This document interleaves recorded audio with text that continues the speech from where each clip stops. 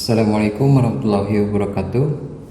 Oke, pada video kali ini kita akan belajar materi kebijakan keamanan informasi, di mana materi ini adalah bagian dari materi manajemen keamanan jaringan dan sistem informasi. Oke. Kebijakan atau yang disebut dengan policy ya, ada pada merupakan salah satu langkah dalam hal mengamankan sebuah informasi ya, khususnya sebuah sistem informasi. Lalu apa saja yang akan dibahas di materi kali ini, nanti kita bisa lihat bersama ya. Kita akan pelajari yang termasuk kategori kebijakan keamanan informasi ini itu apa gitu ya, dan fungsinya dalam manajemen keamanan ini untuk apa posisi kebijakan ini, policy ini ya. Oke, judul materi untuk sekarang itu adalah kebijakan keamanan informasi. Kalau di translate ke bahasa Inggris, ini merupakan policy security information ya. Jadi policy security information atau kebijakan keamanan informasi. Oke, apa saja yang pelajarinya, kita lihat pengantarnya di sini, ataupun konsep dasar kebijakan keamanan informasi itu apa ini. Di mana bab ini ataupun materi ini berfokus pada kebijakan keamanan informasi. Jadi itu yang dimaksud dengan apa itu kebijakan informasi ya. Policy information atau information policy itu apa? Bagaimana menulis itu. Maksud menulis di sini itu bagaimana merancang, menyusun sebuah policy itu atau sebuah kebijakan itu. Lalu bagaimana untuk menerapkannya, bagaimana mengimplementasikan kebijakan yang sudah ditulis, kebijakan yang sudah disusun, kemudian diterapkan pada organisasi tersebut. Terakhir, bagaimana untuk mempertahankannya. Nah, mempertahankan dalam arti ini menjaga supaya tetap dijalankan, ditaati, tidak dilanggar. Nah, itu adalah merupakan salah satu kesuksesan dalam membuat sebuah policy atau kebijakan. Di setiap organisasi itu pasti ada memiliki policy kebijakan. Ya, setiap organisasi, perusahaan ataupun lembaga pendidikan ataupun lembaga instansi yang lainnya pasti di dalamnya memiliki sebuah policy atau kebijakan. Fungsinya apa? Nah, fungsi policy ini nanti kita akan lihat fungsinya dalam materi ini. Dia perannya sebagai apa sih policy ini? Dan nanti berpengaruh dengan keamanan informasi ini bagaimana? Oke. Nah, kebijakan policy.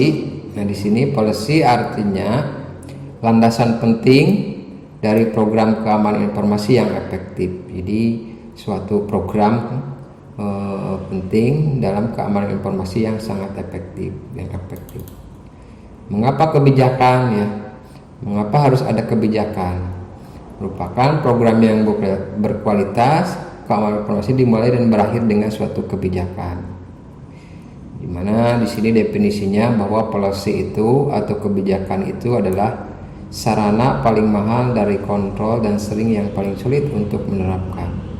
Beberapa aturan dasar harus diikuti ketika membentuk kebijakan, di mana ketika pada saat kita merancang, menyusun sebuah kebijakan, suatu policy pada organisasi, syaratnya pertama tidak pernah bermasalah dengan hukum. Jadi ketika perusahaan ataupun organisasi membuat suatu aturan, membuat suatu kebijakan, itu tidak boleh bermasalah dengan hukum atau bertentangan dengan hukum yang berlaku di negara. Lalu berdiri di pengadilan, maksudnya ini berdiri di pengadilan ini disahkan oleh berbagai pihak ya. Jika berinteraksi dengan pihak luar, nah itu perlu adanya kesepakatan perjanjian ya, di mana akhirnya dokumen-dokumen polisi tersebut harus bisa ditandatangani terhadap pihak yang bersangkutan. Kemudian polisi ini harus benar didukung dan dikelola. Didukung sama siapa saja ya, sama orang-orang yang ada di dalam organisasi tersebut, dan dikelola ya, di manajemen dengan baik. Lalu policy memberikan kontribusi bagi keberhasilan suatu organisasi ya. Ya, suatu perusahaan, suatu organisasi harus punya kebijakan, harus punya aturan, harus punya prosedur. Tanpa memiliki aturan dan prosedur, maka organisasi tidak akan berhasil. Ya. Sama di lembaga pendidikan seperti kampus, sekolah, di instansi perusahaan bisnis itu punya aturan. Aturannya sesuai divisi ya, atau aturannya sesuai departemen.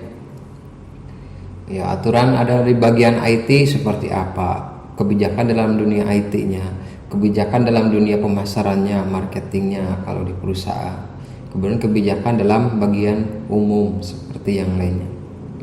Kemudian bahwa kebijakan harus melibatkan pengguna akhir sistem informasi ya. Jadi sampai ke end user sistem informasi itu harus dilibatkan ketika menerapkan suatu kebijakan. Nah, kita akan lihat sebuah model bullseye di sini. Ini disebut dengan model bullseye. Kita lihat di sini seperti sebuah bawang yang dibelah ya. Ini irisan bawang yang dibelah. Dimana, nah ini juga model bullseye ini adalah menceritakan ataupun menggambarkan suatu posisi bidang ataupun aturan pada suatu organisasi ya, baik itu di perusahaan ataupun instansi ya. Yang pertama di paling dalam itu aplikasi ya, sudah jelas di zaman sekarang organisasi bisnis ataupun instansi sudah berintegrasi ataupun sudah mengandalkan namanya teknologi informasi, baik dari teknologi informasi hardware dan perangkat lunaknya. Ya. Nah, untuk itu di sini akan digambarkan application. Jadi layer yang pertama itu adalah application.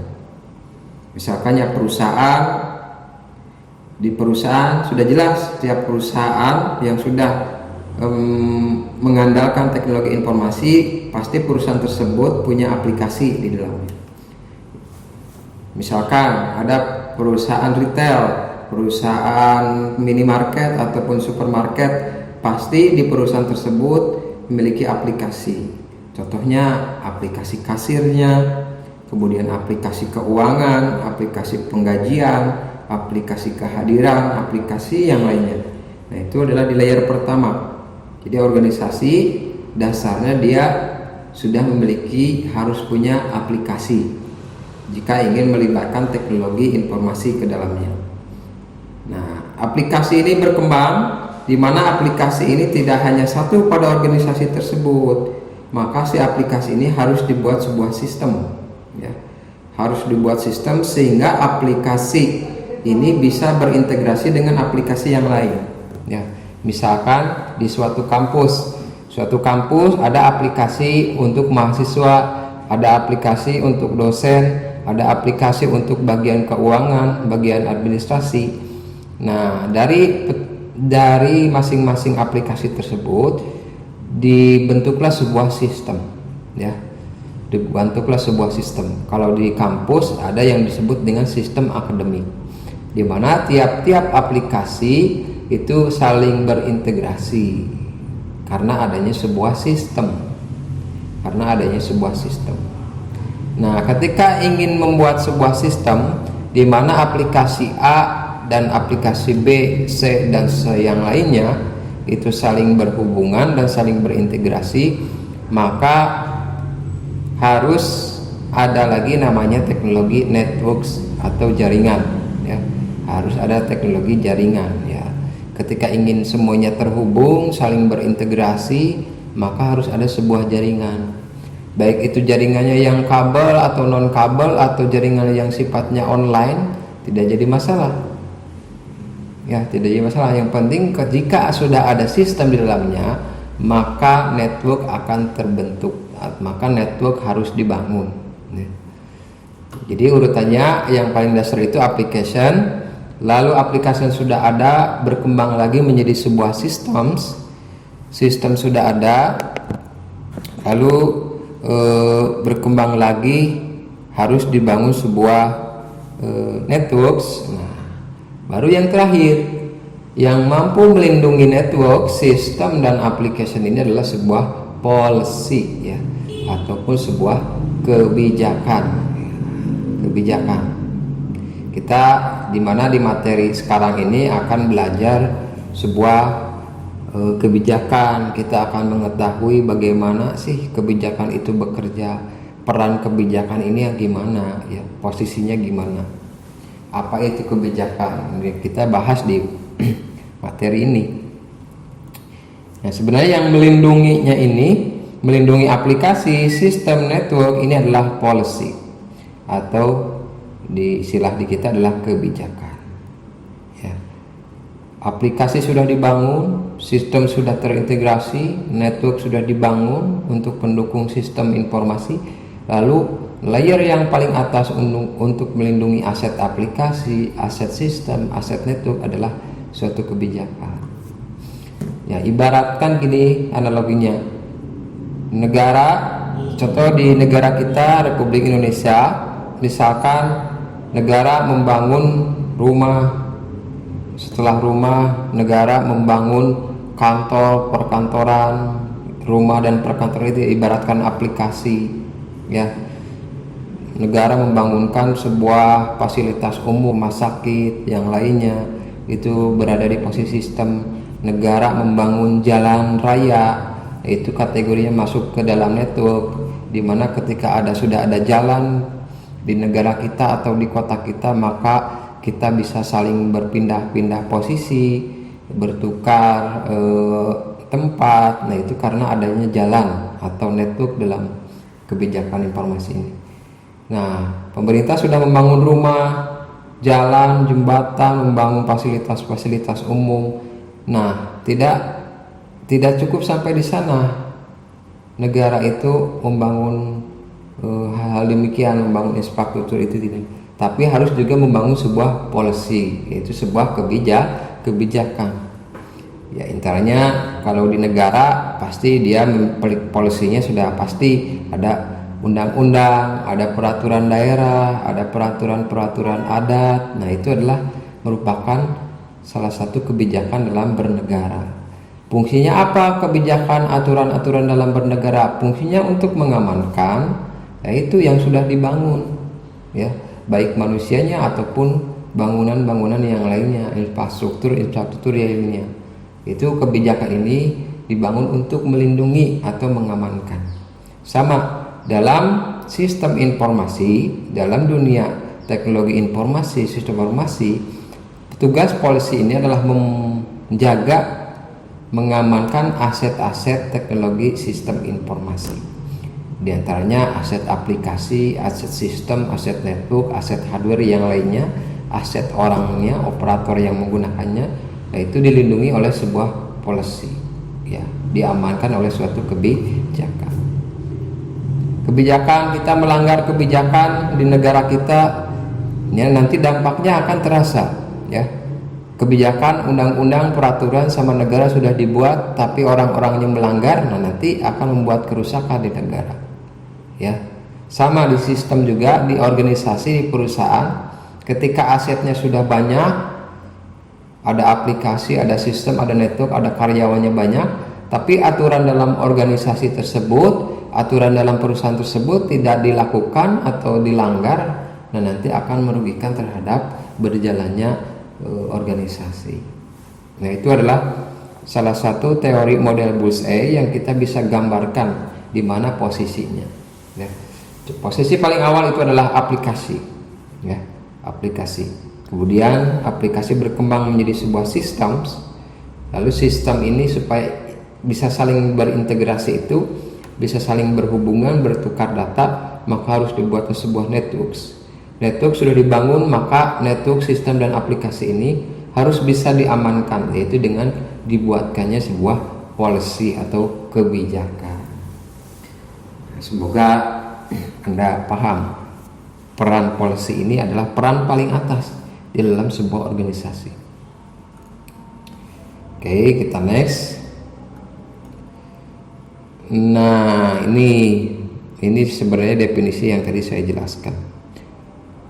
Nah, ini teori model Bullseye, ya, layer model Bullseye, kebijakan lapisan pertahanan pertama. Jadi policy ini adalah lapisan pertahanan pertama. Network, jaringan ancaman pertama bertemu organisasi. Nah, jadi pada layer jaringan maka ancaman akan hadir, ya. Ketika ada yang berpindah-pindah data ataupun ada yang berpindah-pindah suatu informasi, ciri-ciri berpindah-pindah informasi itu jika di dalamnya sudah ada network, sudah dibangun network, maka ancaman akan hadir. Lalu sistem itu apa? Komputer dan sistem manufaktur yang lain. Aplikasi adalah sistem ataupun di semua aplikasi. Jadi kalau pertanyaannya, kita kembali lagi ke layer. Jadi pertanyaannya, di mana ancaman akan mulai hadir pada organisasi? Tentu saja jawabannya adalah ancaman akan hadir jika di dalamnya sudah ada networks, ya, sudah ada sistem ataupun infrastruktur jaringan, ya, maka ancaman akan hadir. Itu biasanya ancaman hadir pada jaringan.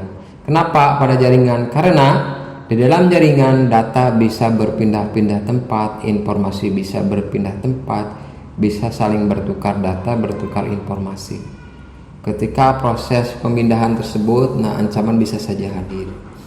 Kalau dalam dunia nyata misalkan orang-orang sebelum ada jalan, misalkan orang-orang sebelum ada jalan di dalam rumah saja terus, maka akan terhindar dari bahaya. Tapi ketika jalan sudah dibangun, jalan raya, jalan tol, jalan gang, jalan yang lain, nah maka di jalan-jalan tersebut ancaman akan hadir, ya. Di jalan raya pasti ancaman akan hadir. Ketika kita ingin berpindah dari rumah A ke rumah B, atau berpindah dari rumah ke kampus ataupun ke infrastruktur yang lain, nah itu ancaman akan hadir di perjalanan. Nah makanya dalam teori model Bullseye, ancaman itu akan hadir jika infrastruktur networks atau jaringan sudah dibangun. Oke, semoga paham ya Anda. Kita next. Nah ini apa itu di dalam kebijakan itu, ya, kita lihat di sini. Saya perkecil dulu. Nah ini adalah komponen-komponen dalam suatu policy, dalam kebijakan. Di mana pertama policy, ini yang pertama adalah policy. Policy itu dia memiliki standar, ya. Standar apa?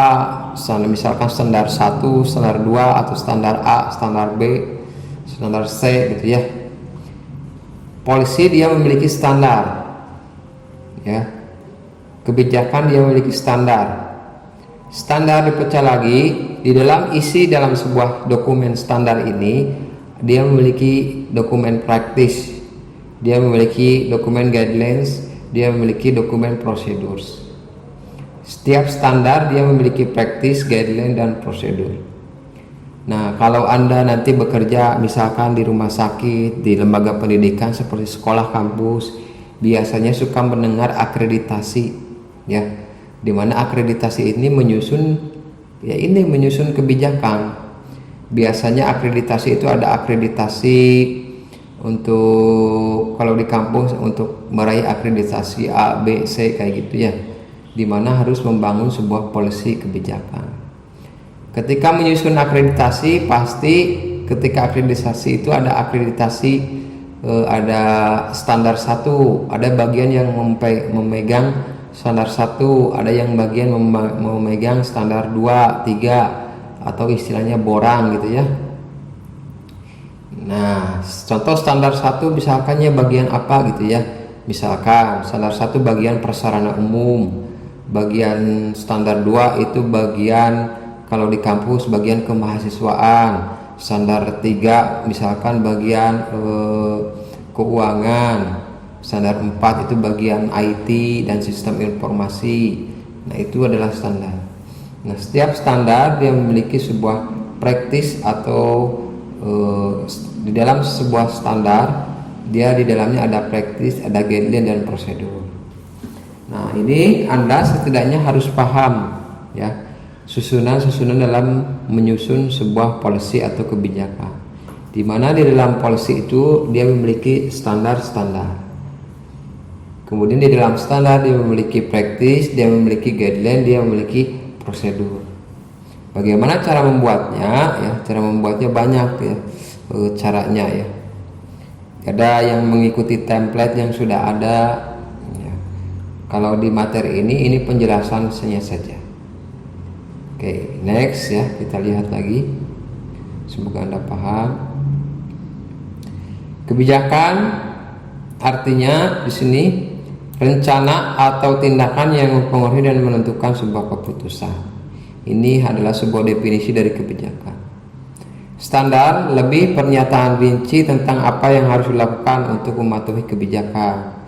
Standar itu misalkan ada yang bagian standar pegang standar bagian keuangan, ada bagian standar bagian pemasaran, ada bagian standar bagian IT, ada standar bagian administrasi, ada standar bagian kepegawaian. Nah, itu adalah pernyataan rinci.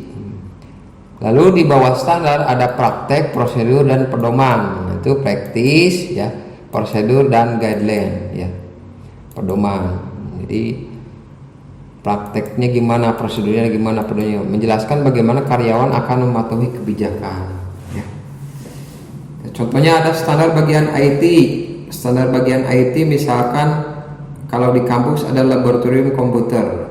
Prakteknya gimana menggunakan laboratorium komputer. Prosedurnya gimana ketika ingin menggunakan laboratorium komputer. Pedomannya gimana ketika ingin menggunakan laboratorium komputer. Kalau itu di kampus objeknya. Jadi menjelaskan bagaimana karyawan akan mematuhi kebijakan. Nah, ini yang paling penting. Untuk kebijakan menjadi efektif, untuk sebuah policy menjadi berhasil, mereka harus, karyawan di organisasi tersebut harus apa? Jadi policy ini, aturannya ini harus benar-benar disebarluaskan. Jadi disebarluaskan. Jadi apapun jika ingin membuat sebuah aturan, jika ingin membuat suatu kebijakan, ketika kebijakan itu sudah dirancang, sudah ditandatangani semua, itu disebarluaskan. Ke siapa disebarluaskan? Orang-orang yang ada pada organisasi tersebut. Kalau di perusahaan ya karyawan, staf dari mulai OB sampai ke divisi-divisi paling pentingnya. Ini kebijakan ini harus disebarluaskan. Tidak hanya disebarluaskan, bahwa kebijakan yang sudah dibuat dan yang sudah disusun itu harus dibaca, ya harus bisa dibaca. Setelah dibaca harus dipahami. Nah, setelah dipahami harus disetujui. Nah, ini ya. Ini kebijakan yang jika ingin menjadi kebijakan yang efektif itu pertama harus disebarluaskan, lalu dibaca, dipahami, dan disetujui. Itu adalah aturan ketika hendak ingin menyusun sebuah kebijakan. Jadi harus disebarluaskan, dibaca, dipahami, dan disetujui. Oke, kita next.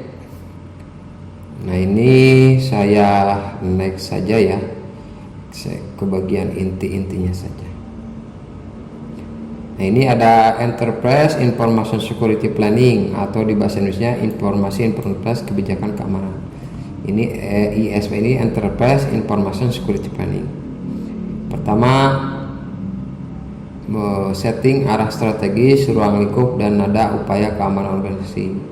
Harus ada penanggung jawab, harus ada pengembang panduan. Nah, materi modul ini nanti Anda bisa baca, bisa Anda pelajari, pahami sendiri secara detailnya. Nanti modulnya akan saya bagikan, sharekan. Ya, ini tadi sebenarnya kebijakan informasi itu tadi umumnya tadi sudah dijelaskan di atas ya. Kalau tidak mempraktekkan, ini harus ada praktikum untuk menyusun kebijakan. Supaya ketika mempelajari ini Anda akan paham ya, apa sih fungsi kebijakan ini, bagaimana menyusunnya. Itu harus ada praktikum, praktek bagaimana menyusun sebuah kebijakan. Di dalamnya menyusun tata tertib, menyusun pedoman, menyusun kebijakan yang lain. Saya coba pilih slide yang umumnya saja. Oke.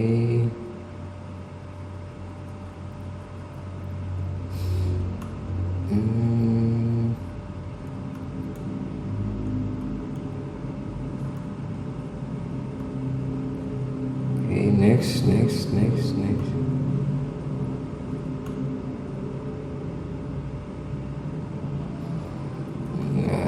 oke. Ada satu gambar kalau tidak salah. Saya akan melihat contoh kebijakan ini diterapkan pada ilustrasi gambar. Mana ya? Nggak ada ya.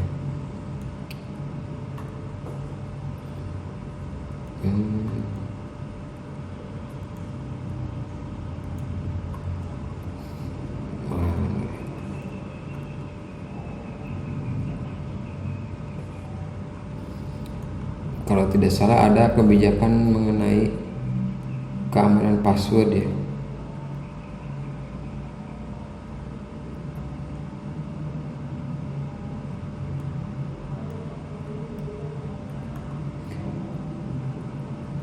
Oke ya.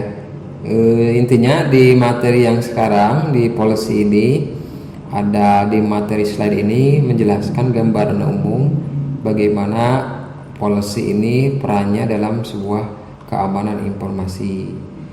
Garis besarnya tadi sudah dibahas di awal-awal, dan ketika Anda ingin mempelajari lebih dalam mengenai pembahasan public policy ini, Anda bisa baca modulnya lebih detail. Nah, policy ini akan dipelajari materinya 2 pertemuan ya, membahas policy ini akan dibuat 2 pertemuan. Pertemuan keduanya itu praktikum menyusun sebuah kebijakan ya. Oke ya, jadi untuk video kali ini membahas materi kebijakan atau terhadap keamanan informasi sampai sini dulu, karena ini adalah merupakan gambaran umum mengenai kebijakan informasi. Adapun ketika Anda masih kurang paham, Anda bisa membaca slide modul ini ya, lalu nanti di pertemuan berikutnya Anda akan lebih paham karena akan mempraktekkan bagaimana menyusun sebuah kebijakan policy ya. Tujuannya adalah mengamankan suatu organisasi ya. Jadi itu. Oke, terima kasih. Sekian video kali ini, semoga bermanfaat. Sampai jumpa lagi di video berikutnya ya. Terima kasih. Assalamualaikum warahmatullahi wabarakatuh.